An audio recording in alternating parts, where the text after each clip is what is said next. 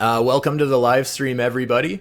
A lot of you in here are already quite comfortable with the MDX Algo indicator settings and features, but for those of you new to the group, let me know if you have any questions about the indicator settings or features.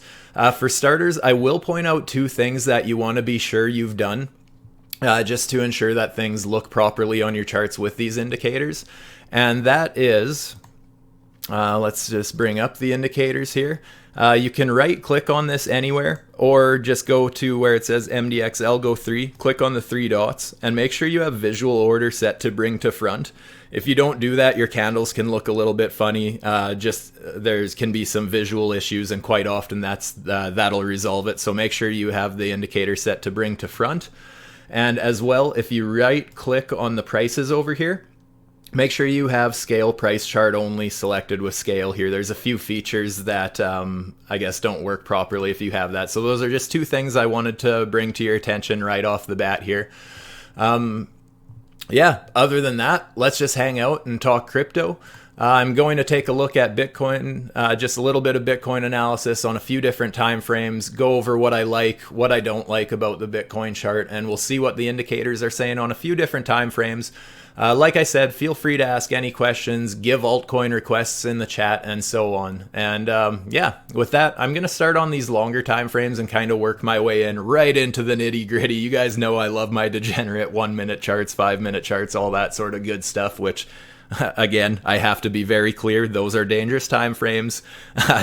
It's not for everybody, but I just like getting into those little quick moving market trades. So we're going to start with the weekly here. I know I was pointing this out on my last video that we did have this upward sloping trend line, and this is the oldest Bitcoin chart I know of, and this trend line goes all the way back to 2013. So this is pretty much exactly a 10-year long trend line.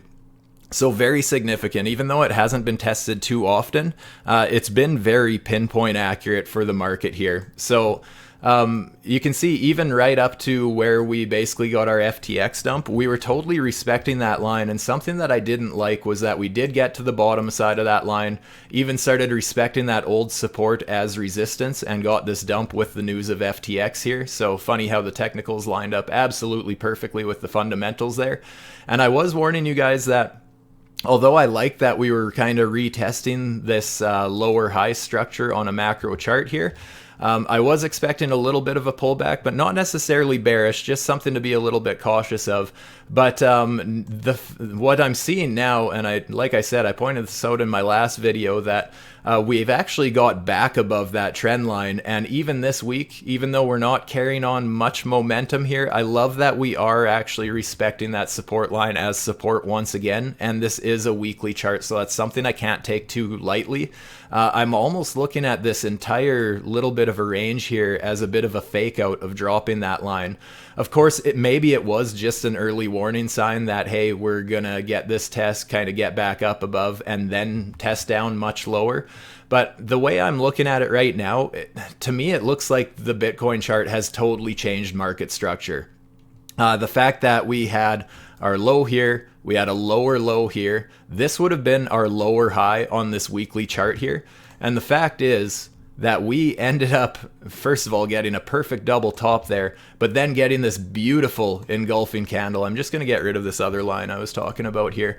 But this massive engulfing candle, I mean, that's absolutely huge. Not only did it eclipse that or break back above that line I was just talking about, but we've actually broken this market structure of our lower highs. So as far as a weekly time frame goes, this is incredibly bullish in my opinion.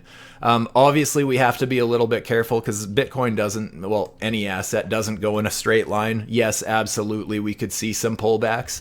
But as it stands right now, basically, as long as we hold above this, I'm going to call this my higher low, just because since we ended up setting that low, we ended up breaking above this high here. So our lowest point between those two is right here. So that's the level I'm actually interested in.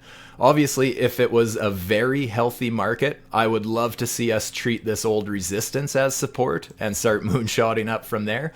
But even if we drop these levels, yes, it might seem a little bit scary, but in my opinion, we're bullish as long as we kind of hold on to this area.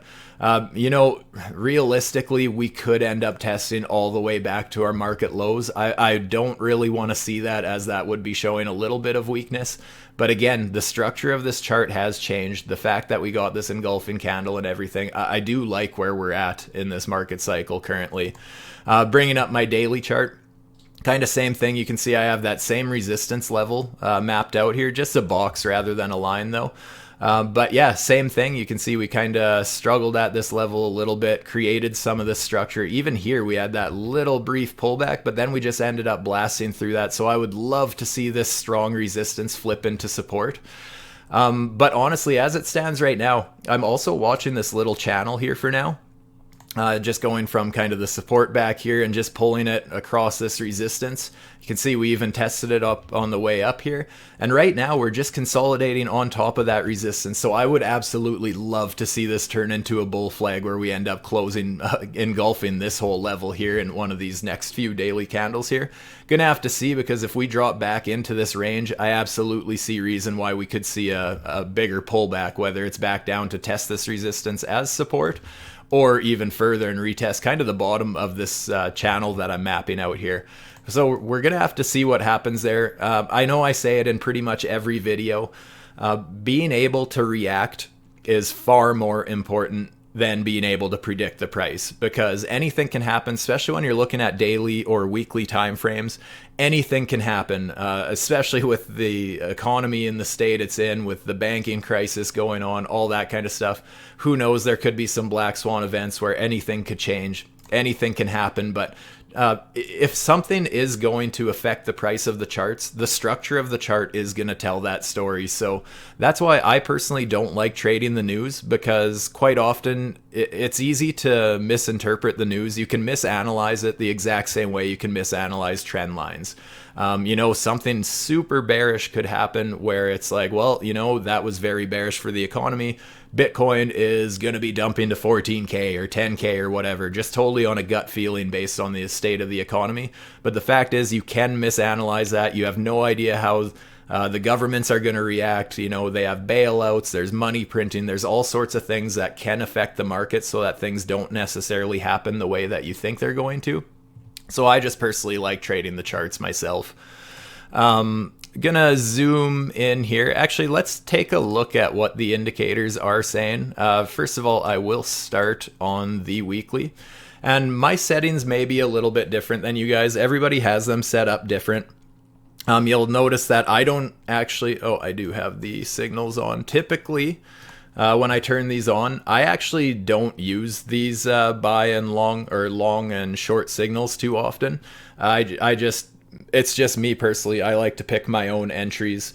I more so use a lot of different other signals with this indicator. But that being said, on the weekly, this can be very powerful, especially... just going back to these previous market cycles here, you can see that I mapped out some bear market, a diagonal sloping resistance of a bear market, kind of a falling wedge, I guess you could say. Some kind of a bump and run pattern. But after we break above these yellow lines and get that long signal on the weekly time frame like this, I mean, obviously it can be a very powerful signal. So you can see back here we had this as well. I mean, this is kind of the bear market that I started trading in. And you can see that after we broke this downward sloping trend line and got that long signal, I mean, that was technically the start of the new bull market. What do we have right now? We ended up breaking that downward sloping trend line that I have been watching. Not only the fact that we broke this resistance, but we have flipped it into such perfect support. Look how well we were retesting that for those few weeks there. And we got that long signal off that retest. So I really like what I see. And when I say that this may be the start of a new bull market, I don't want you to think that I'm saying we're going parabolic. I'm not saying that we're going to see one of these right away. I just personally think that the bottom for the market is in. I could absolutely be wrong on that. Anything can happen, but I just really like this signal. Another thing I really like is the fact that this market flow, I don't know if you can see this, but it's this very faint gray line that's taking a steep pull to the upside there. That's just kind of the general flow of the market, so that does act as resistance and support as well. So to see it curling to the upside so aggressively like that really gives me hope for the market, especially with that long signal. Like I was talking, we got this big engulfing candle. I mean, there's a lot going for the price in my opinion. Bring up some other indicators here. This would be the oscillator 4 up here. To go with those signals I was just talking about, we do have a hidden bullish divergence. So you can see we were getting these bearish warnings here, but even with those, the price wasn't really pulling back. We got this very short correction here, but found that kind of resistance to support flip, got a hidden bullish divergence, and it kind of looks like the bands of this indicator are breaking out. You can see that it loves to coil up and then it kind of breaks out. And even though we had these bearish pivots, it just looks like the bands are breaking out. So, I mean, there could be move to the upside here. Not only that, but down here on the oscillator 5, I mean, we had a green continuation dot there. We have this green cloud here. A lot of you guys have probably noticed that we've been talking about the money flow quite a bit in the channel, and that's something that a lot of us have started using a lot when we're thinking about taking trades or anything like that. But this is a very important indicator in my opinion, because money talks. If this is basically showing which way the volume is in the market. So, I mean, I don't typically look at regular volume. I know a lot of people say that it's a must. I personally like looking at it on this indicator instead, because you can misanalyze how a volume candle looks. I mean, depending how it closes, and depending when the volume came into the candle. I mean, it's kind of hard to pinpoint, whereas with this, I mean, it shows that generally speaking, we have money flowing into the market. So that's a good sign. I mean, you can see how powerful these signs were. And sorry, this is probably repetitive to a few of you, but this money flow is just so important. I mean, look at the moves that it called, even to the downside. I mean, you can see we flipped red right about here. That was kind of in this area here. Yes, we had a little bit of a pullback to the upside, but that's really where the market started taking a very harsh correction to the downside there. Very strong signal. You can see it over here again. I mean, look what happened last time this thing flipped green. It flipped green over in this area here. That was absolutely, well, basically the beginning of where this market went parabolic. So in our previous bull market there. So, I mean, those are very powerful signals. You can see that it lines up quite well over and over. I mean, here, yes, we had a red one. Again, we corrected to the upside first, but then took that COVID capitulation there. Back here, I mean, it flipped red before we got this descending triangle break, crashing 50% to the downside there. I don't have to say much about this. Last time it was green here, I mean, that was a massive run. That was about a 50x, if I'm not mistaken. 80x or 50x, somewhere in there. Either way, a massive parabolic move to the upside. So money flowing into the market on this large of a time frame can absolutely be a huge indicator. So yeah, that's basically why, I mean, I'm joking a lot in the group about being stuck in moon boy mode. This right here is basically the main reason why for the midterm I'm kind of stuck in moon boy mode with the money flow, with the long signal, the market flow curling to the upside. There's just a lot of signals on the weekly chart here that are leading me to be bullish with the indicators.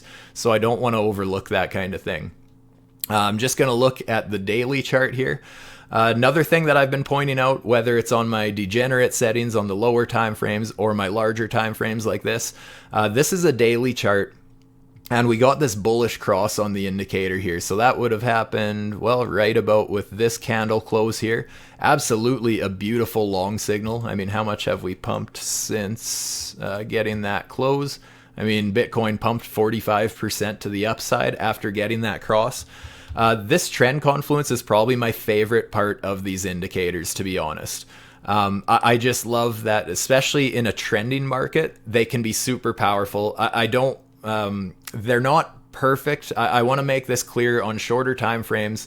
You know, when you get in ranging markets, it doesn't work as well as the name of it states. It is trend confluence. So I mean, in a trending market, it is very powerful. And I'm going to kind of show you what I use it for in a trending market and how well it can be used to pick entries and that kind of thing. Like I said, be a little bit cautious because it can get flip-floppy in ranging markets. But when it starts trending, it can be so powerful. So let's just take a look at a few things. I just want to see what settings I actually have up right now. So we have our trend 1. Trend 2, we have our trend confluence selected with auto settings. So auto settings, it'll actually automatically pick a longer time frame than the chart we're currently on. So you don't have to worry about that. It just picks one that generally works well for it. With the trend confluence, when we have both trends active there, that's where you start getting these strong signals because basically this indicator wants both trends to match up with each other. So trend 1 is based off the current chart, which would be the daily chart. And then the automatic settings for the trend 2 would be based off the 3-day chart. So when these two trends are in confluence with each other, they like to give these strong signals. So that's how you get those. Another thing you can do is you can select this filter box, and that'll get rid of a little bit of the chop on the signals. It'll only give you the signals that are trending in a certain direction, basically. Just really cleans things up, especially in a choppy market. What else can I go over here? Again, let me know if there's any signals that you're not sure about. Any of these. Market flow, like I said, was that very faint gray line there. Take profits, that will be these orange TPs. Tops and bottoms, that is those very small, I don't know if you can see this right here, there's a very small blue triangle, you can see them. Those are basically just indicating that this would potentially be a good reversal point based off how the next candle has closed, how the next candle has reacted to the one that shows up at. So these signals wouldn't actually show up until the next candle has closed, or until I guess it wouldn't be locked in there until the next candle has closed. Reversal warning, that's these orange W's. Those can be very powerful. I'll get into that a little bit because it's with that trending strategy I was talking about earlier. Trend exhaustion, that's just going to be some orange dots without any letters beside it. There would be one right there. Stotch RSI divergence, that will be some big blue dots that appear just to keep my settings or my screen just a little bit clear. I generally don't have those up. Trade setup, this is a very interesting feature which a lot of people are probably interested in, and this will actually show you like where it figures a good entry is, where a good stop loss is, and all that sort of stuff. This one looks like it actually would have got stopped out right before it ended up hitting the first take profit. So I mean, just like anything, it's not going to be perfect. I generally like to have my stops a little bit looser, but I'm also not trading the daily chart like this. But something that I really like about this, as I mentioned, I really like picking my own entries, so I'm not necessarily taking the entry right when a signal comes into play. But what I really love about this is the take profits, because it is so easy to get wrapped up in feeling like you're the smartest person in the world when you got into a good position. You want to double down on things, but this indicator helps bring you back to reality and just kind of reminding you, hey, if you're in a winning position, not a bad idea to start taking profits at these levels. So I really like that as far as the trade setup goes. I usually don't have it up, but I do like to check that from time to time. Supply and demand, that will be these boxes that you can see. I'm actually going to remove my drawings here. That would be these light green and red boxes here. Basically, demand zones and supply zones are the red ones.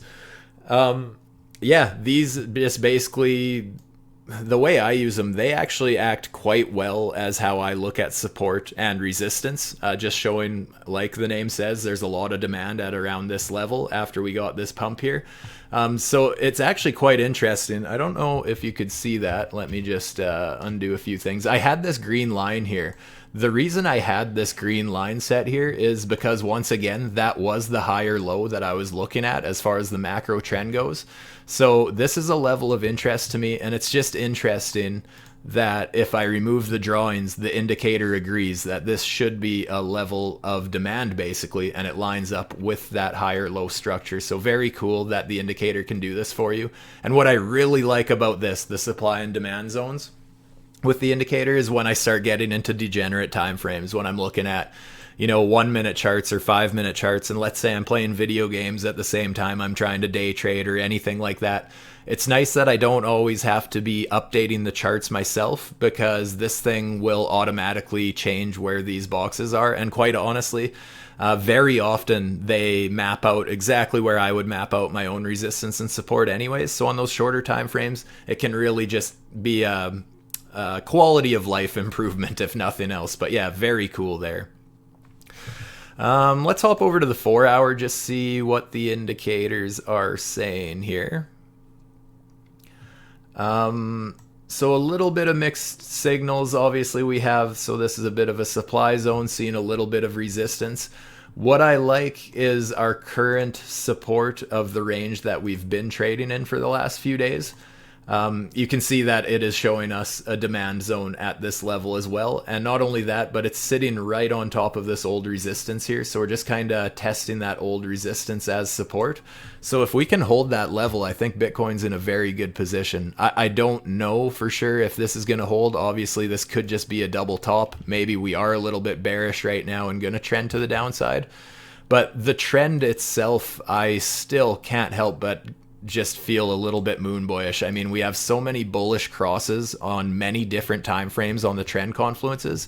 Even if we would get some sort of a pullback to wherever this trend confluence lines up here, I mean, that would be a perfect opportunity to end up finding some support. So we're going to have to watch how that plays out. Generally speaking, you guys know I love my shorter time frames. So we're going to kind of dive right into some shorter time frames in a couple minutes here. One other thing I wanted to point out was the DXY, just because so many people look at this when they're trading crypto. Not gonna lie, the DXY could absolutely be finding support here. I mean, I've had these levels mapped out for quite a long time for any of you guys who have been a part of my streams before. But I do like that the DXY is facing a little bit of resistance in this red box that I've had mapped out for quite some time now. Something I want to talk about there, though, is a lot of people give the DXY too much credit, because it's kind of general knowledge that basically as the DXY is selling off, crypto generally does quite well, whereas when the DXY is pumping, crypto can just be getting its ass kicked. But something I want to bring to your attention is that that is not always the case. I found that in this last year especially, or the starting of this year, that wasn't necessarily the case, and sometimes, well, quite often, Bitcoin and the DXY have been moving in the same direction. So just be cautious that, yes, although that generally is a thing that they're inverse correlated, it doesn't actually have to be that way all the time. So just something to consider there. I mean, I'm not placing trades specifically based on what the DXY is doing anyways, but just something to be a little bit cautious of. But yeah, DXY, I really think for the long term, I don't see it pumping too high. And you guys know that I've had this mapped out for quite a long time. You guys know I love my 786, 886 Fibonacci pocket. And I mean, that's exactly where the DXY ended up getting rejected here. When I say the Fibonacci pocket here, this is pulled top to bottom because I was looking for a resistance rejection rather than looking for where it's going to bounce from. That's just how I like to use Fibonacci's. Looking for resistance, I'm pulling top to bottom. If I'm looking for support, I'm pulling bottom to top. So, I mean, I remember talking about this when we were trading basically right here. Just something to watch out for is how accurate those Fibonacci's can be. And this isn't just a small time frame, you guys. This is a monthly chart with the DXY. This goes all the way back to July of 2001. This is a massive amount of data in this chart. This is over 20 years in this screen right now. So to see those Fibonacci's line up so perfectly just shows you how powerful those Fibonacci levels can be. But yeah, like I'm just gonna start hopping into some more degenerate time frames here. I'll just we'll watch what the indicators are doing. Anybody can feel free talk about what you feel like the market is doing. where you think it's going, ask questions about the indicators. I'm just going to kind of show as it plays out here. I know the 1 minute isn't for everybody, and like I said, it's totally dangerous, but this is just a really good way to watch live for the kind of things that I do look for in the charts with these indicators when I'm considering taking positions. So yeah, like I said, these W's I really like, and what I was talking about as far as using them as entry signals is, so there's no real magic numbers here. I know a lot of people kind of ask me what my settings are for the Algo 3 because hey Stu, you made a nice trade and you're saying that you used it based on this.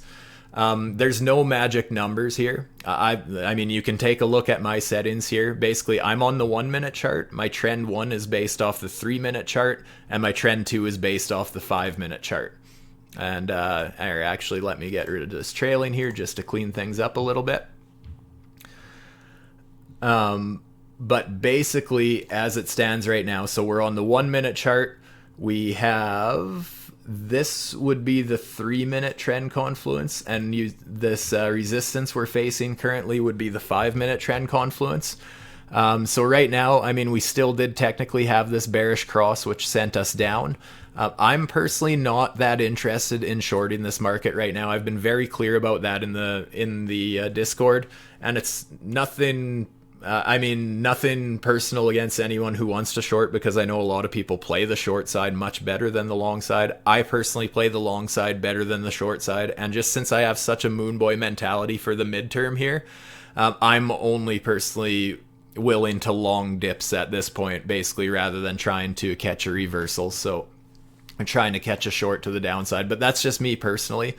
So I'm more interested in the bullish crosses that we have. So just examples, they're not always going to play out. And the thing, basically, when I'm talking about trading the 1 minute, even a signal like this, yes, obviously about 10 minutes later it was it reversed, and maybe you'll look at this as a failed signal, but I mean, it did get this little pump here. The thing is, when you're looking at degenerate time frames, you have to trade them for what they are. I mean, if you're trading a 1 minute chart, don't expect to get a 4-hour move out of it, or even a 15-minute move out of it. If you're trading the 1 minute, keep it that way. You're going to be taking profits based on the 1 minute as well. So don't look for a home run trade off a total degenerate time frame. But yeah, these signals can be quite powerful. I mean, we got a bullish cross here. We basically retested the moving average down here and got a nice little pump. Boom. Indicator says to take profits. That was a beautiful little play. Just a nice little snipe there. But you can get such bigger moves than that. I mean, you can see that. I mean, this one actually may have, where did it cross? It crossed right about here. So it actually did miss most of this move. What I like to do when I'm entering positions based off these kind of crosses is I like to see a pullback back to the indicator, basically. So, you know, we got this bearish cross here. What I'm really looking for when entering a position based on this kind of thing, and like I said, it doesn't matter what your settings are, and it's not going to work every time. Just a classic example of what I like to see is we retest the longer of the trend confluences, especially when we see that reversal warning. I mean, it can be so accurate that you end up retesting these levels, especially if, like I said, if you get into a trending market and you're going to, if let's say this bearish cross is going to carry on for quite a while as a bearish continuation here, and we just keep trending down, you can basically just keep setting shorts as you end up getting those W's along there. And yes, eventually it's not going to work out, and it's not going to work out every time, even on the first try, but you can get in some very powerful positions when you're in a trending market like that, and really with not much thought involved. I mean, just an example would be right here. We got this beautiful bullish cross, and then anytime, I mean, if we're trending to the upside here, obviously we're just holding support of this range here. Anytime we're getting a W around those levels, I mean, just excellent opportunities to get into a position. Here would actually be a great example as well. I mean, we get this bullish cross down here. We get close to the indicator for a retest and get this W here. I mean, that was absolutely a phenomenal entry. We ended up trading to the upside very nicely off that signal. Gonna hop over to a different time frame. I might not have, oh, I don't have the settings on what I wanted to show you here. Let's hop over to my other chart. Let's go to the 15-minute chart, and just showing you when this thing gets trending. Let me just clean things up a little bit. It's gonna take off a whole bunch of stuff here. Gonna take off the signals. Take off the boxes just to clean things up. I also like to invert my colors. That's just me personally. So I like to see, as we're going down, I like to see the candles flip to a bright green, because they can line up very nicely with your other indicators. Like you have your oscillator 4, your oscillator 5, your algo 3. Everything starts kind of flashing bright green. That can also be a very nice sign that things are going to pump to the upside, for example. Let's just go. So this is the 15-minute chart. And what do I have for the trend confluence? The confluence is automatic. So any chart that's under an hour, if you choose the auto settings, that's going to use the 1 hour trend confluence as that would be the squiggly support line here, basically. But just as I was talking about with using those W's near those trend confluences, it can be so powerful. So let's say back here, for example, we get that bullish cross here. So it gets a little flippy floppy sometimes, but when you get those W's near that trend confluence, let's just say we have bullish cross here, we end up getting a retest of this trend confluence with a W. Absolutely a perfect signal there, just absolutely blew up. And then really after that, I mean, anytime we were getting these W's, even after we got this break to the downside, I mean, if you have a running position, anytime you get these W's, I mean, you could be adding to your long position, basically, updating your stop loss to just below the structure, basically. And anytime you get these retests anywhere near this trend confluence, it can be very, very powerful in a trending market. Obviously, it's not going to work out perfect. You still want to do your own analysis. Again, these indicators are just indicators. Structure of the chart is always the most important thing. And that's something that I know a lot of people will tend to think that market conditions are, let's say, overextended. They're either overbought, oversold because the indicators are flashing certain things. Something to be aware of is if the structure of the chart hasn't actually changed, indicators can often be lagging and they aren't necessarily going to be calling that reversal quite perfectly. So when things look overextended, just consider that may just be strong pressure in one direction, for example. And that goes with the algo indicators, that goes with the RSI, for example. Let's say I bring up, do I have the RSI on any charts here? Let's see what I got. Yeah, RSI, for example. If you get into these overbought conditions, yes, we, and Max is here. How long we've been live? We've been going for about half hour, something like that here.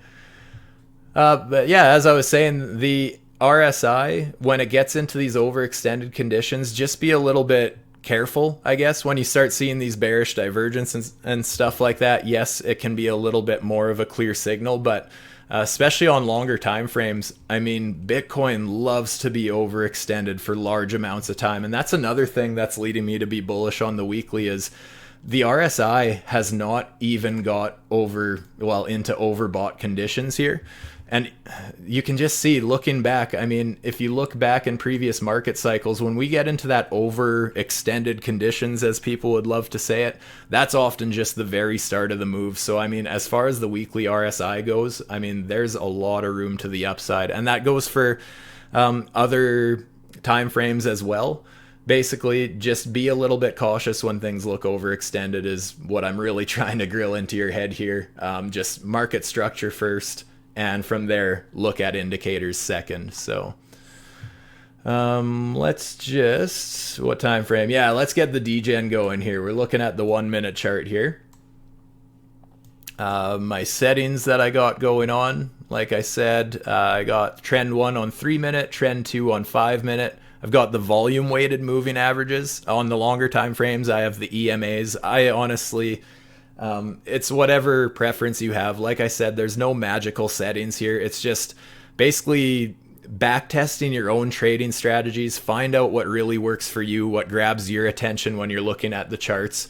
The replay feature with TradingView is absolutely phenomenal. That's a must-have. I know nobody likes to do homework and that kind of thing, but using this replay feature on TradingView can be so powerful. I used to just go back into a random spot on the charts, pull up whatever time frame I'm interested in trading, and I have a set of rules that I'm interested in following for trade setups.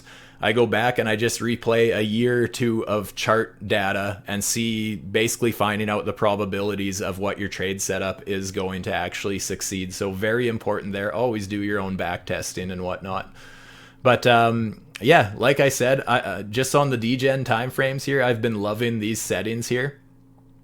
We did have this bearish cross here, but like I said, I'm really not super interested in trading to the bearish side. I do have a little bit of a long open right now, just because looking at the structure back here, it just looked like we were kind of retesting this support back here.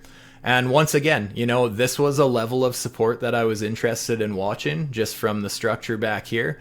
So the fact that we got, you know, we retested that support perfectly and got that reversal warning was just an interesting sign to me. So again, just picked up a little bit of a Degen scalp down at these levels. I like to start taking profits along the way on the way up. But that being said, if we end up getting a bullish cross here again, let's say these lines end up crossing to the upside as we're seeing a bit of a pull back up with this one, I would love to add to my position. But if not, if we end up dropping this, I'm going to get stopped out at break even basically. So what's everyone feeling on the market? You guys short? Are you guys long? Have any questions about the settings or features here? Basically, I'm just going to let the 1 minute run from now. You guys know my opinion on the mid and long term here. So we're just going to hang out, talk crypto. If you guys have any altcoin requests, feel free. Any questions about the indicators, feel free. And other than that, I'm just going to kind of analyze what I see playing out here and how I like to look at these indicators. So actually, just showing you, this would have been a failed attempt at something that I would like to see as far as a trade goes. Since we had this bearish cross here, if I was interested in playing the short side, this would have been very, very tempting for me to take a short at this level, just because we basically retested the 5 minute trend confluence here and even saw that reversal warning. This would make me feel like I want to be in a short, but like I said, you guys already know I'm not all that interested in playing the short side right now. Really, on a shorter time frame, I probably could snipe a bit of a degenerate short, but I'm just not that interested right now. Actually, I shouldn't even say that was failed, because we are still holding it as resistance. Even this pump up here, I mean, you wouldn't set your stop loss right above that trend confluence. That's kind of the thing that a lot of traders make a mistake on. Let's say I'm looking at this as a pinpoint accurate entry, because yeah, absolutely, maybe we test this trend confluence and it's perfect resistance. The thing is, we still do have a little bit of structure up here, so even if you kept your stop loss above this level, you would have been safe entering a bit of a short at these levels. Obviously, right now, who knows if it's going to play out. But yeah, that's kind of what I like to look for when I'm seeing these crosses. Now, what I would love to see, as I mentioned, I want to see a bullish cross of this indicator, and then I would love to retest the 5 minute trend confluence with one of these W's from the bullish side. I would love to add to my long position if that happened. Max, are you in any positions? I guess you're probably still in your beautiful long from 19.6 or whatever it was. And I think you were still in a hedge short, weren't you?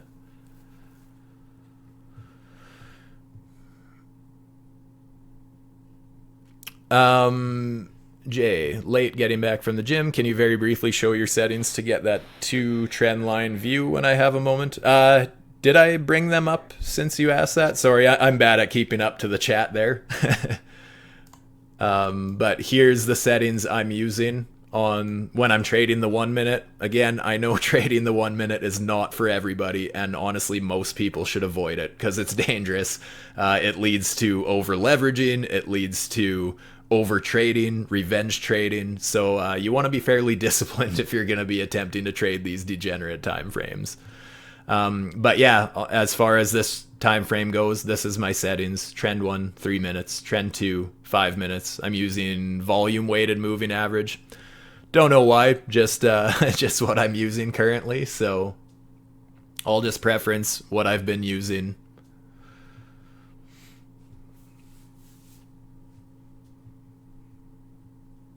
You can see this market flow has got above us as well, so that may cause a little bit of resistance, but I'm hopeful that this trend line will turn into something here. Hoping to see a little bit of support there.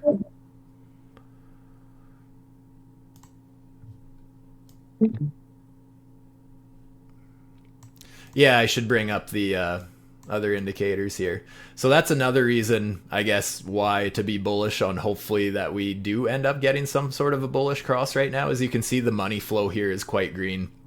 And that's something that I was talking about in the indicators chat earlier, was that you can change the color of this. I know it's quite faint, specifically on the phone version, the mobile version. I noticed that it was a very light cloud and hard to see. So if you want to change that, you can go into your oscillator 5 settings, can go into style, and that would be these 4 colors under volume. You can go in there and just adjust the brightness, which I've done just to make it easier to see. It's a little bit hideous, but it's just easier to see, so I like it. Because yeah, that money flow, as I mentioned earlier on the weekly time frame, money doesn't lie. I mean, the money talks. If there's money flow there, then we have to acknowledge that there might be some good buying volume coming in here. Especially with, I saw someone asking about the H's and the R's. So these, for example, since they're green and they're the H, that's a hidden bullish divergence. You can see now that would be a regular bullish divergence. And then same, obviously, on the other end for red, that would be a regular bearish divergence. Here would be a hidden bearish divergence, for example. And those are on the oscillator 4 as well as the oscillator 5.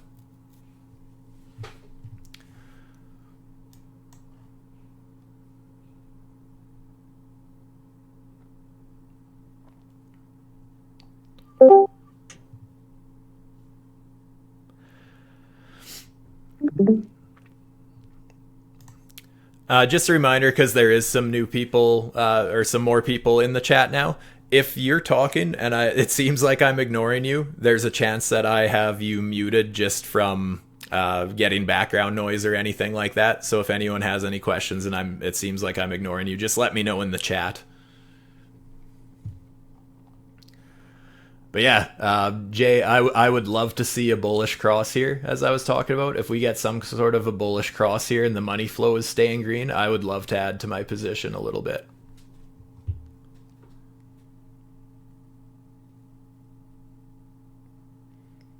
Where am I long from? I'm long from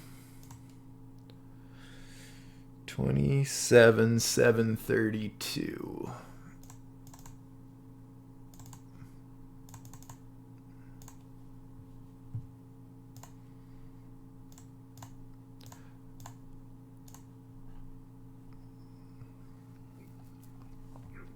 So my reason for taking an entry there actually wasn't based off of this indicator, but I would love to add to that position based on the indicator. I was actually entering because of, as I mentioned, it looked like we were finding support off this support box that I had mapped out from this structure back here. And as well, just kind of looking from right now, just looking at it from a Fibonacci point of view, pulled bottom to top of our current little range here.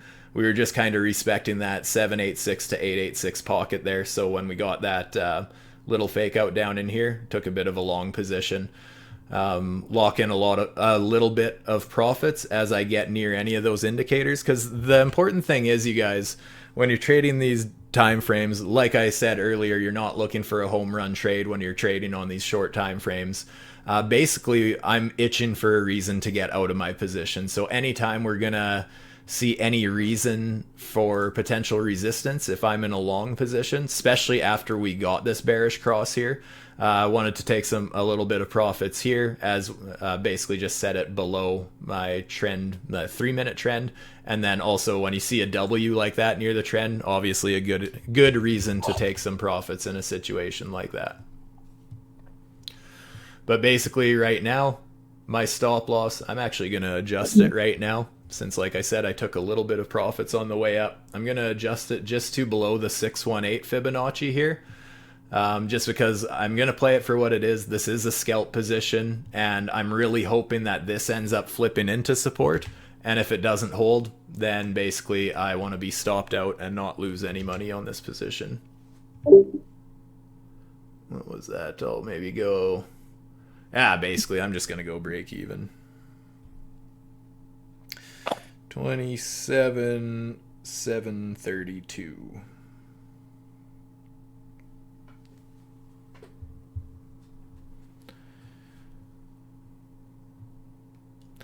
I've been aiming to use the 1 minute and 5 minute to find better entries when price hits key levels. I'm looking. Sometimes though you get conflicting signals between the two time frames. Example on the money flow. So interested how you think about that. Yeah, Max loving the Degen. Oh man, last week was fun when we were trading the 1 minute. That was just a blast.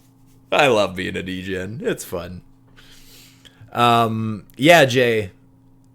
I personally, I switched my settings, so I'm on the 1 minute chart, but I'm actually not using the 1 minute trend. I'm using the 3 minute and the 5 minute just so I kind of get a view of all three time frames. And that's why this is the favorite part of my indicator, is these trend confluences. Like I said, they can be a little bit sketchy when you're in a ranging, choppy market, but they can be so strong in a trending market. And I just love the fact that I can sit on a 1 minute chart, but I can get an overall view of the 3 minute or the 5 minute chart just based on basically just these trending indicators, right? And same thing if I'm on the 5 minute or the 15 minute chart and I can see the hourly trend confluence. It's just the way I see it in that kind of a situation. Even though I'm trading the 5 minute or the 15 minute chart, you're actually trading the hourly chart, I guess. Just looking on those shorter time frames to dial in an entry, basically.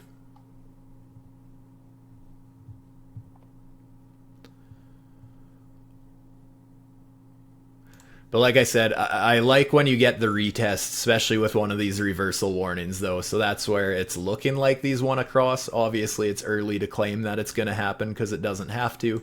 But if they cross, you'll see basically the 5 minute trend will take a sharp drop to the downside, and they'll cross something like that. Then if you see the price kind of come back down, retest it, get one of those reversal warnings, I mean, that's where I really like to, let's say, add to my position that I'm in right now. I would definitely be considering that.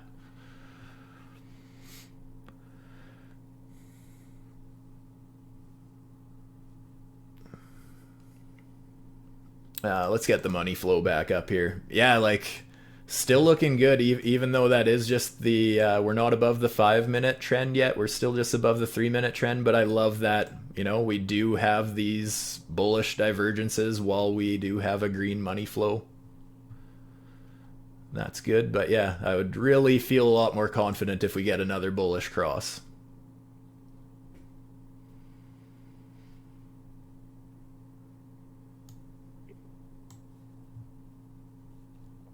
How's everyone else feeling? You guys short, long? Anybody in any positions? Actually, I got to remove some orders. I did have more orders set for this long position. I never did quite get my entry at the 886 or down here. I also had another order. Initially, my stop loss was somewhere down here, just giving that little bit of wiggle room. I was laddering into... Well, basically, after I took this position here, I had laddered a bunch of entries. I don't really personally like putting all of my entry at one level. I love to ladder in my position towards my stop loss just to get a bit of a better entry. And for anyone new here, I want to be very clear about this. That doesn't mean I'm entering a position here and then doubling down, tripling down, quadrupling down on my position. That is taking a position and splitting it into 3 or 4 times rather than, adding to my risk. I'm actually just trying to drop that average down if we get a wick kind of closer to where my stop loss would be.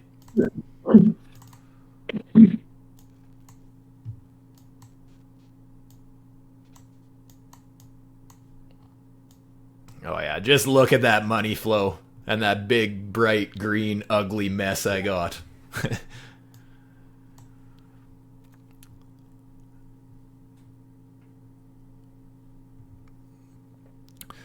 How do you prioritize in terms of strength of signal between candle colors, money flow, various dots, reversals, trend confluence lines, oscillator in green or red band, oscillator divergence markers?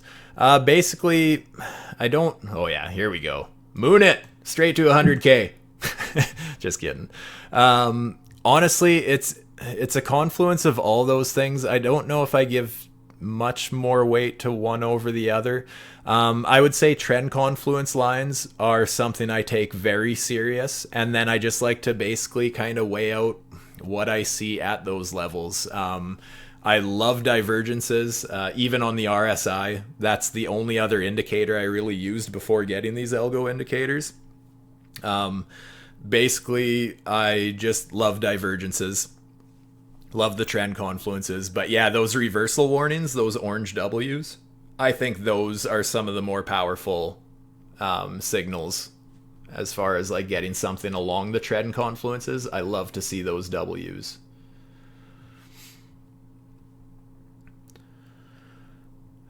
Money flow, again, very important.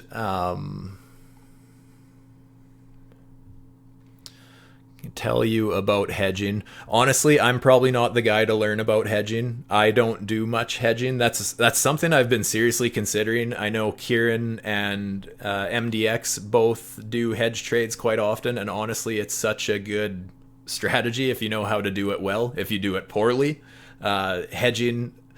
I know I have buddies who think that hedging is just entering a position in either direction on the spot, and that's not necessarily the correct way to do it. So you got to be careful with that. You don't want to lose 2 positions. You're actually hedging. But that's not something that I generally do, so I'm not really the guy to ask that. That's probably more for Kieran when he's doing his lessons in the live streams. He's a little more disciplined. I'm a little more degenerate. Long since 27.2, feeling kind of positive, but wary at the same time. 27.2, oh, that's a good entry. 27.2, at least you could probably, I mean, I would personally have my stop loss and a profit at that point anyways, but again, I'm a degen, not necessarily a swing trader. I think that I scalp better than I swing. That being said, though, I love getting into a scalp that turns into a swing. Oh yeah, we got that bullish cross. Like I said, you can see how the 5-minute trend confluence took that harsh pullback to the downside. 3-minute trend ended up crossing. So yeah, now I'm really happy that I updated my stop to break even, because if we just end up blasting through this, then maybe this is just a failed signal here. But I would love to see a pullback to that as this climbs up and see a bit of a W show up or something like that. I would love to add to my position a little bit.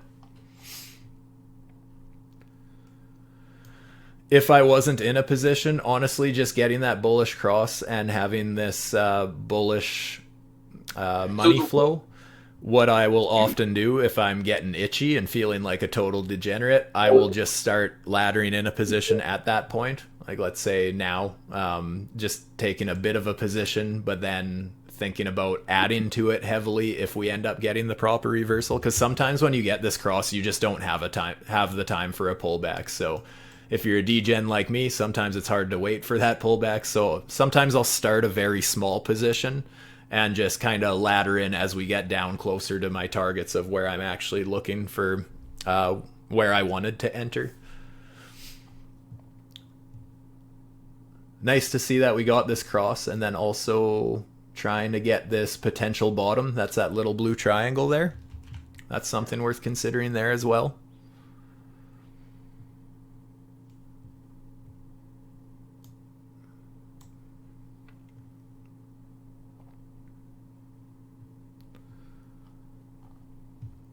Yeah, love a good 1 minute chart. I just love how fast everything plays out. And that way it's just so much easier to show you guys what I'm looking at and how I use these indicators because it's actually playing out in real time.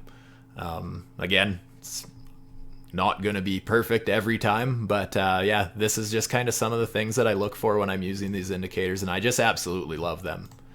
I cannot picture myself trying to day trade or scalp without these indicators anymore, honestly. They just make it so handy. And again, no trader wins every trade. You have to be totally okay with the losses you're going to take, but that's where just your risk reward comes into play. That's where I really like when you get these retests of something like this. Let's say I'm looking, because everyone has their own strategies, like I mentioned.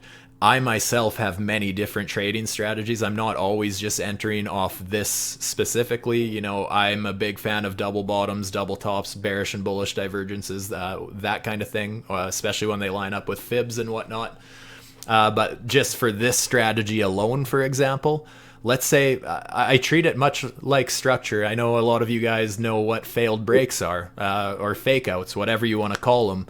That's something where I kind of look at with these indicators as well. So let's say we're coming down to this 5-minute trend confluence. Let's say we wick just below it, but the candle body closes above, and all of a sudden we get one of those orange W's there. Then you at least have a reference point for a tight stop loss as well. Just a little bit of wiggle room basically below where the fake out was. And at that point, if it wasn't a proper fake out, and I'm basically willing to cut my losses if it continues trending down from that point. But when you get that fake out, it's kind of a bit of a liquidity grab, and then you at least have some sort of structure for a reference point. And that kind of helps keep your emotions at bay, just knowing that, hey, you know, if this level breaks, then you know what, I may have been looking at it wrong. Maybe the stop loss ends up too tight. It ends up fucking you over. But just generally speaking, then at least you have an invalidation point, nice and tight. But again, everyone has their own strategies. That is specifically looking for a failed break of that trend confluence in that case. But, here we go. Come on. You've got to pump it up. Don't you know? Pump it up.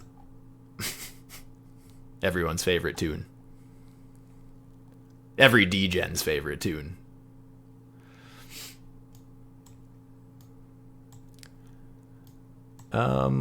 Let's just see. I'm actually going to remove a couple things. I just want to check a couple Fibonacci's here before bringing that back up. Let's just say where we have currently topped out at. This will be funny. I can almost guarantee that this will be a rejection in that 786, 886 pocket that I was talking about earlier. And just like where we're struggling right now, watch this. This is why I say those Fibonacci levels are so important. And this is straight up an eyeball. I have not pre-mapped this out here. But if I go from this top to this bottom, I bet it got rejected around that pocket. Well, yeah, perfectly. That's why I say that's such an important pocket there. I mean, same thing's happening right now if I were to guess on this micro swing here, pulling top to bottom of this swing. Yeah, look where we topped out, 886, absolutely perfectly. Even if we end up blasting through it, you can see it's definitely a level of interest. And that's why I say that pocket of Fibonacci's is so accurate. It's not going to work 100% of the time for blind orders or anything like that. But definitely something worth considering when taking entries. I love the Fibonacci's.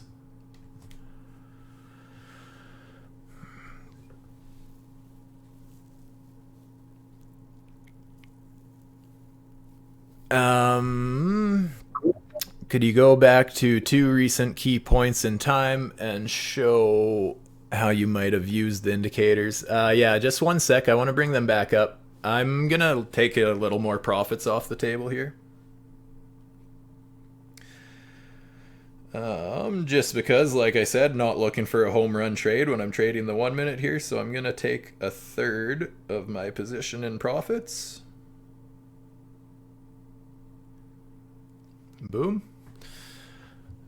Just scaling, like I was talking about, laddering into positions. I love scaling into a position, and I love scaling out of a position. That way it takes a lot of stress off my mind if I know that I've at least locked something in, get stopped out at break even. This is a scalp anyways.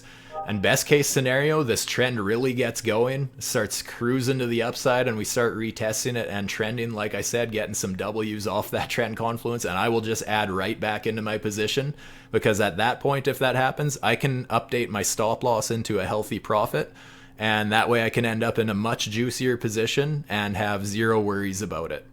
That's what I really love about when this thing really gets trending. It can be super powerful. Right now, I love that we're seeing the market flow below the price, which could be support. We have the 3-minute trend, which could be support, and we have the 5-minute trend, which could be support. So right now, things are looking okay. I actually want to bring up the trailing stop loss, trailing support, whatever you want to call it here. This is just a feature in the Algo 3 as well. And you can see that's also currently showing potential support. So a lot of things lining up for potential upside move here, actually. I just don't want to add to my position up here, because if my stop loss is down here, I mean, if I add to my position now, my average entry is going to get totally screwed over and I won't be able to update it into a profit yet. So I'm just going to leave it for now. And like I said, I locked some in. Not only does that lock in a few bucks, but it also just removes some risk off the table as well. Yeah, let's go back. It's kind of hard to go back. You know what? Here's a key point right here. Yes, we had this bearish cross here. It did happen when most of the move had already played out, so you may have gotten wrecked there, but that's where I talk about looking for those W's with the retest. I mean, this was an absolutely perfect entry here. Yes, it didn't go down a ton or anything, but we totally got back down to the support. Even after it looked like we may be finding support here, I mean, that's where you can start scaling out of your position, removing some of that risk, anything like that. Because obviously on the 1 minute, it's very active trading. You're not just kind of letting it fly. You'd be babysitting it a little bit. So, I mean, that would be one of those times where you get the W on the trend confluence. Good entry there. Let's look for another short opportunity. Let's say, you know, right here, obviously got a bearish cross, beautiful signal, could have caught something very big there. But again, if you're looking for the retest, you're kind of looking at where we're finding any kind of bearish signal near that resistance. So kind of looking for something like that, or when we just kind of broke this little bit of structure here, just looking for anything like that near the trend confluence is just a good entry quite often. And the thing with that is, you know, let's say you did end up pulling the trigger on a short, something like this, because, hey, we are very close to that trend confluence. Look up at your next little level of structure for a nice tight stop loss, kind of something just up here. If it gets invalidated, whatever, it was, you're looking at a scalp in this case anyways, and it would be a small loss. That's just, you know, it very easily could have ended up pumping up that little bit before taking that dump, so that's just a calculated risk. That would be an example of getting that retest. Yeah, really. Let's find some more here.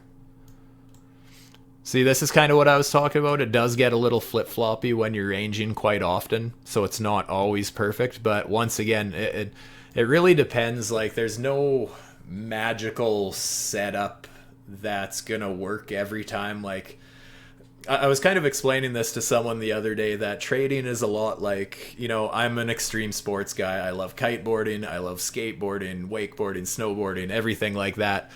When I was new to skateboarding, I read plenty of magazine articles, I watched plenty of videos trying to learn how to ollie, trying to learn how to kickflip. And someone could tell me a million times and a million different ways how to do it, but until I actually mastered that muscle memory, it was damn near impossible. So trading is kind of the same. You just have to get over your uncertainty. Like, you see that position, you just have to understand that, yes, you're going to lose positions. And as long as you have a stop that you're comfortable with, your leverage, your position size, everything you're comfortable with, that's really all you can do. So it really depends. I mean, every time I look at a chart, I may end up taking a trade based off something different. But I mean, here's a good example is, you know, we had this bearish cross here.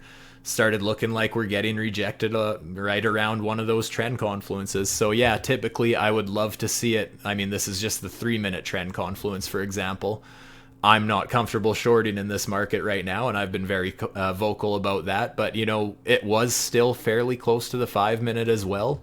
So once again, if you're wanting to take a short at this level, let's say you're not that confident about it, but you still want to take that short, you're looking for a short position after this bearish cross. I mean, this is where you can obviously enter part of a position and just basically ladder into it with a stop loss just above your structure or whatever. That's where I love scaling into positions, because if you happen to catch that wick, then your average entry is just that much better.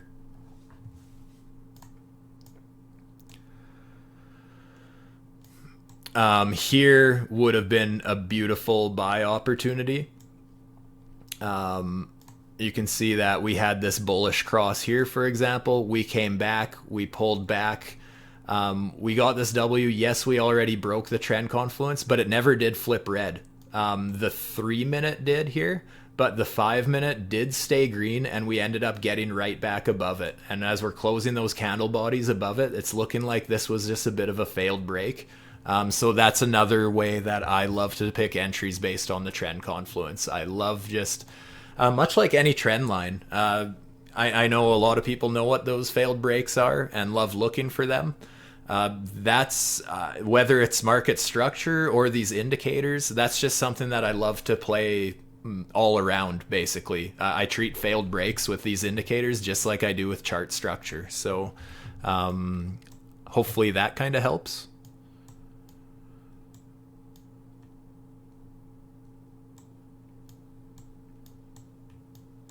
What's the chart doing right now? Anyways, let's get back to the live chart here. Whoa! Better take a little more profits here. Take a quarter of what I have left off the table. And that is locked in. Like I said, once I'm into a position on a short time frame like this, I just start scaling out as we're in profits.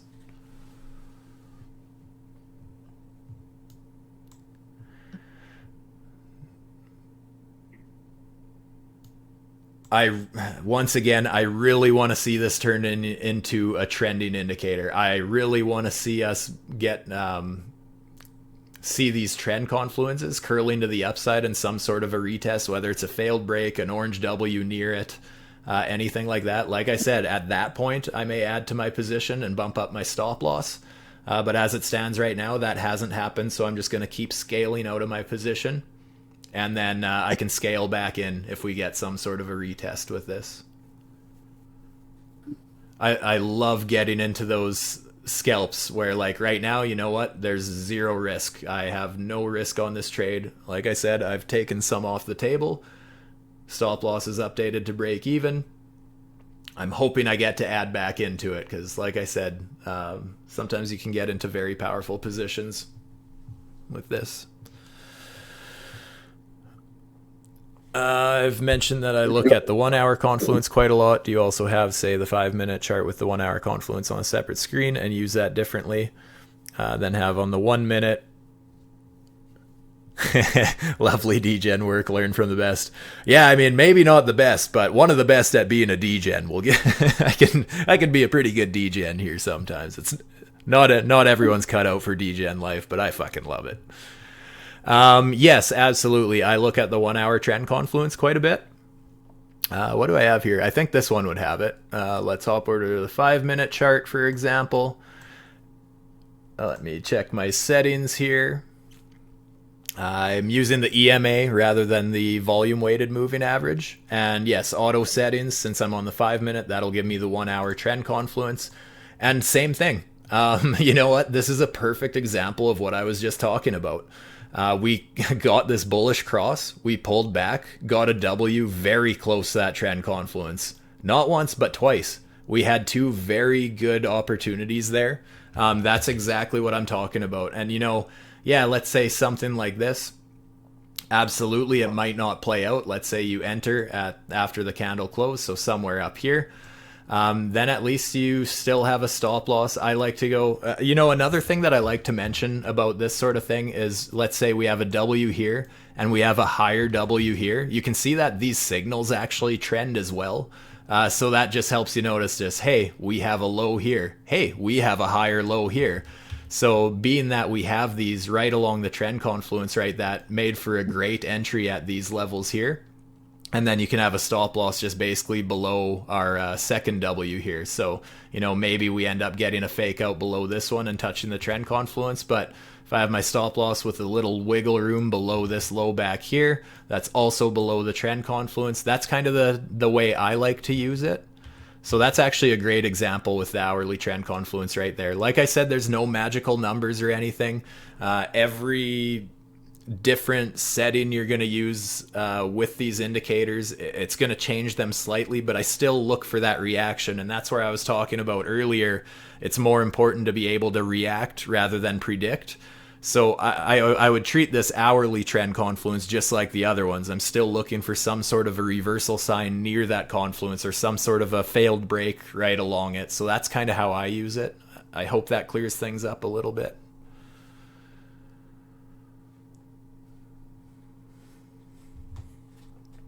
Let's actually take a look at the dashboard here. Oh, dashboard.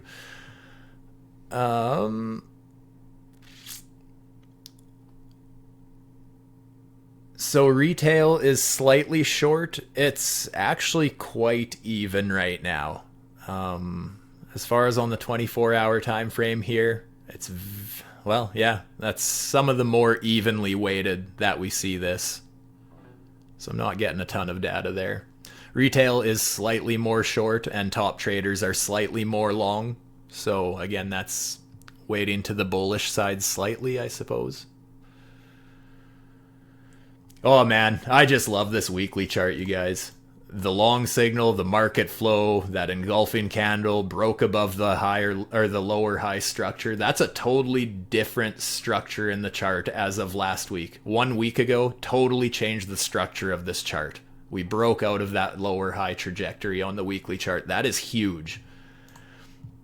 And, talking about this money flow, something that I pointed out when I first had kind of noticed this is that, yes, even though it is a bullish sign, quite often you get about a 20 or 30% correction in the opposite direction before it takes effect. And I don't know if we quite got that, but where did it flip? It actually flipped green here, so we really haven't had much of a pullback. Ever since we flipped this indicator green, I mean, it's basically been a shot to the upside. But a good example is when it flipped red here. Where did it flip red? It flipped red about here. And we actually went to the upside with that sell volume on the money flow. And we went to the upside about 30%. But again, a bit of a lagging indicator. We also came crashing down about 60% after that. So the fact that that is a green money flow, even though we had this little pullback, just retesting, really a resist support flip there. That's still looking beautiful to me. Something else I want to point out, I know this is going to sound total moon boyish, and I know a lot of you guys have seen me talk about this quite often at this point. I've been very vocal that I actually think this bear market rally is going to get all the way up towards 48,000 US dollars. And I know that sounds ridiculous at this point, and it obviously does not have to happen. I want to be very clear about that. I just want to talk about the potential here. You can see that I also have, with the Algo 3 here, you can basically set up where the last daily, weekly, monthly, yearly candles set their highs and lows. Our last yearly candle set a high of this structure back here, right at 48,000.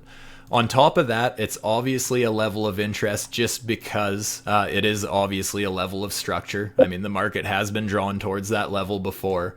And again, just looking for Fibonacci's, pulling from top to bottom because I'm looking for resistance. That lines up perfectly with the 618 Fibonacci. And if I go back to previous market cycles, that's where the bear market rally kind of topped out. So in previous market cycles, that's what happened. I can, just for you new people to the group here, just to show you what I mean. You can see that that ended up being an absolutely perfect resistance point. And kind of looking at that resistance level at 28K to 32K, I will totally acknowledge that that is a very strong level of resistance we have coming up. But everybody felt that way about this level, the 6K region, when we broke down from our descending triangle. I remember several pro traders, also myself, getting wrecked on trying to short that because it seemed like such an obvious short level. And we just ended up blasting through that and testing that 618 Fibonacci. So something I don't want to take too lightly. I can go back to this previous market cycle back here even. Where did we end up basically topping out on? You can see that was obviously a very harsh rejection level. Doesn't look like much because it's the logarithmic chart, but this was a 40% correction to the downside. And whenever we get our weekly closes above that level, that's where the market really takes off. Here, I can even show you. I'll bring this one up once more here.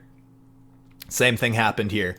We got that harsh rejection, but when we did get a weekly candle close above that level, just straight parabolic. So that's a level I'm going to be watching in the future. So I'm not necessarily saying that we have to get to that level. I want to be very clear on this. I'm not saying we have to hit 48K, but if we do get up to this level, this is more of a warning of just be cautious what happens at that level. Start paying attention to the news a little bit even. I know I'm not a news guy at all. Not a fundamental guy, but I would not be surprised if we get up to those levels. We're going to see something happen in the news that's just going to end up being the reason, if you want to call it that the market is going to pull back very aggressively. So start watching that level because that's absolutely perfect where, you know, we're getting near that 50K target. People are going to be FOMOing in because they're going to be thinking, oh, I'm getting in before we break the all-time highs because that is absolutely right around the corner. But I think that's where people are going to get absolutely destroyed, that we pull up to those levels eventually. And I'm not saying that's going to happen soon. If it happens, I don't really see it happening before summer. Let's say maybe June, July, something like that. But I really think if we end up getting to that level, we're going to face some serious rejection just because we have that structure. We have the yearly high from our previous candle. We have that 618 fib there. I think there's a lot of things lining up with that level. And just, you know, everyone's been talking about this whole rally is too overextended. And, you know, it's a big bull trap. I think the bull trap is going to be when we get up to these levels because everyone, including myself, and the reason I keep bringing this up on all my videos is because I want to drill this into my own head. And when we start targeting these levels, I don't want to get too moon boyish. I want to remember this conversation that I got to be cautious when we get to those levels. And honestly, I might be looking at flipping a little bearish and looking for some potential double tops, bearish divergences, that sort of thing. Oh yeah, just look at this thing. Degens for life.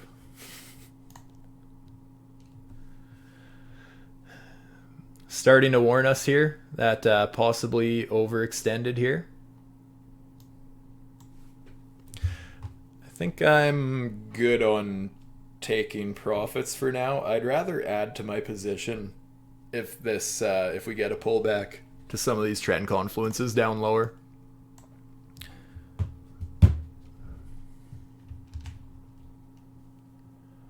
Nicholas, welcome, bro.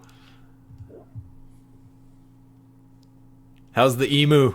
Staying out of jail? Are you staying out of jail? Hey guys, I'm actually going to wrap up the stream here just because it does take a long time to upload these, being we've been going for almost an hour and a half here. I'm going to stick around. I'm just going to wrap up the stream and start uploading things here. So anyways, friends, obviously none of this has been financial advice. Always do your own research to form your own opinions. But if you appreciated this video, please do me a favor and hit that like button, subscribe if you haven't. If the indicators I use interest you, and there is a referral link for a 15% discount down below, and that gets you into MDX Crypto's private Discord as well, on top of these beautiful indicators. This is for people checking in on my YouTube a little later. Obviously, you guys who are live with me are already in. But yeah, great community to be a part of. Love the indicators. Love the lessons that I learned from you guys. It's just a fantastic group to be a part of. So yeah, get involved, guys. It's a great community. So with that, I'm out. Stay safe, my friends. Peace.